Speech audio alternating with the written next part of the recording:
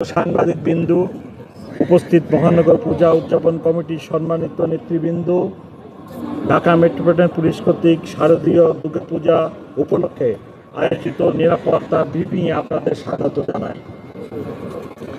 আজ থেকে আরম্ভ হচ্ছে সনাতন ধর্মাবলম্বীদের সর্ববৃহৎ ধর্মীয় উৎসব শারদীয় দুর্গাপূজা। উপস্থিত সবাইকে ঢাকা মেট্রোপলিটন পুলিশের পক্ষ থেকে শারদীয় শুভেচ্ছা জানাচ্ছি।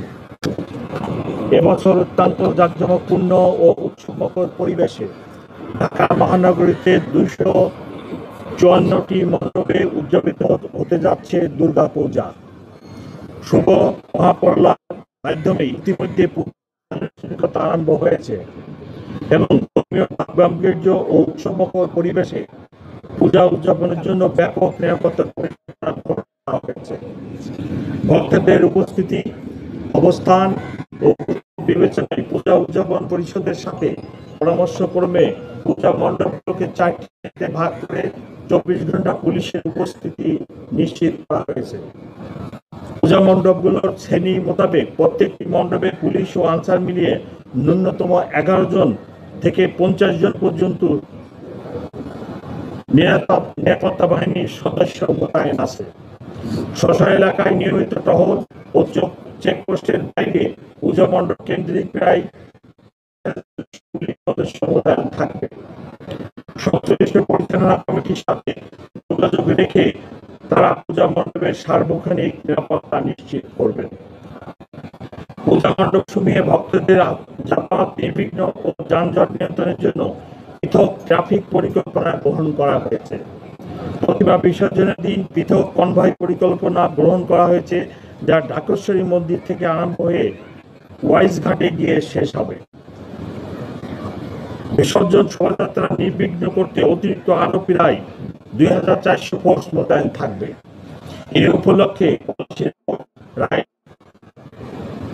সাহেববাজার ও ঘাটে 3টি অস্থায়ী ওয়াচ টাওয়ার স্থাপন করা হবে।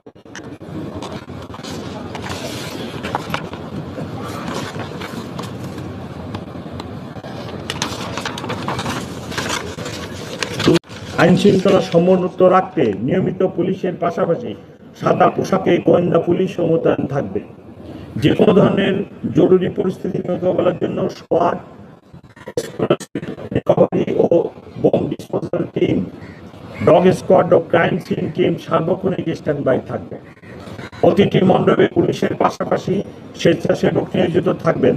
গুরুত্বপূর্ণ মণ্ডপ সমূহের প্রবেশ পথে 15টি আশ্রয় স্থাপন করা হবে এবং প্রয়োজনে মেটাল ডিটেক্টর দিয়ে তল্লাশি করা হবে। এছাড়া সিসি ক্যামেরার মাধ্যমে মণ্ডপের আশেপাশে পুলিশি নজরদারি থাকবে। সমাজ কল্যাণ মন্ত্রণালয় থেকে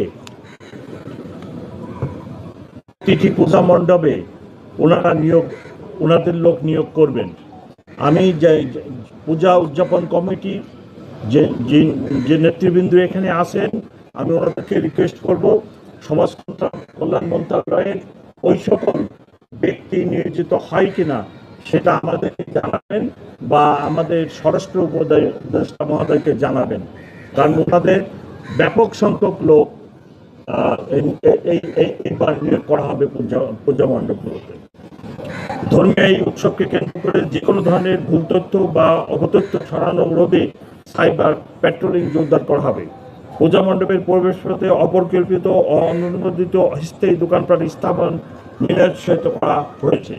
পূজার নিরাপত্তা ব্যবস্থা তদারকির জন্য উচ্চতর পুলিশ কর্মকর্তাগণ নিয়োজিত থাকবেন। দুর্গাপূজার নিরাপত্তা ব্যবস্থায় নিয়োজিত অন্যান্য আইন শৃঙ্খলা বাহিনী ও সেবা সংস্থাসমূহের সাথে সার্বক্ষণিক সমন্বয় থাকবে। পূজা মণ্ডপ পরিচালনা কমিটির প্রতি আমাদের অনুরোধ, ভক্তবৃন্দ চলে যাওয়ার পর মণ্ডপ যেন কোনোভাবেই অরক্ষিত না থাকে। সেই জন্য রাতের বেলা কমপক্ষে 2 জন স্বেচ্ছাসেবক পূজা মণ্ডপে উপস্থিত থাকবেন। পূজা উদযাপন কমিটি আছে, সেই কমিটির লোক অবশ্যই রাত্রে 10টা থেকে ভোর পর্যন্ত ভক্তবৃন্দ আবার আসা পর্যন্ত আপনারা কাউকে আমার পুলিশ, আনসার, সমাজ কল্যাণ মন্ত্রণালয়ের যে লোক ওরা থাকবে। অবশ্যই অবশ্যই আপনাদের দুজন লোককে রাখবেন। এটা আমাদের স্বরাষ্ট্র মন্ত্রণালয়কেই অনুরোধ করা হয়েছে, ওনারা ছিলেন, সেই অনুরোধের প্রেক্ষাপটে আমি এই অনুরোধটা এখানে করলাম। যে পরিমাণ পুলিশ অফিসার এবং অন্যান্য আইন শৃঙ্খলা রক্ষাকারী বাহিনীর সদস্যদের নিয়োগ করা হয়েছে, এর বাইরে আমি আমার এই মেট্রোপলিটন পুলিশের যে উচ্চতর পুলিশ কর্মকর্তা আছে তাদেরকেও ফ্রিকোয়েন্টলি পূজা মণ্ডপগুলো ভিজিট করার জন্য অনুরোধ করেছে এবং ওনারা আজকে থেকেই করবে। তাছাড়াও থানা ফাঁড়ির যে সমস্ত লোক আছে আমরা সবাই পূজা মণ্ডপের নিরাপত্তার জন্য কাজ করে যাব, নজর রাখব।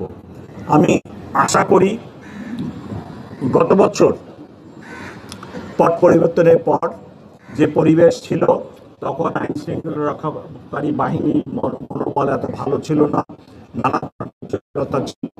এবার সেই পরিস্থিতি নেই। এবার আইন শৃঙ্খলা রক্ষাকারী বাহিনীর লোকজন, বিশেষ করে ঢাকা মেট্রোপলিটন পুলিশের সদস্যবৃন্দ সুসংগঠিত হয়ে গেছে।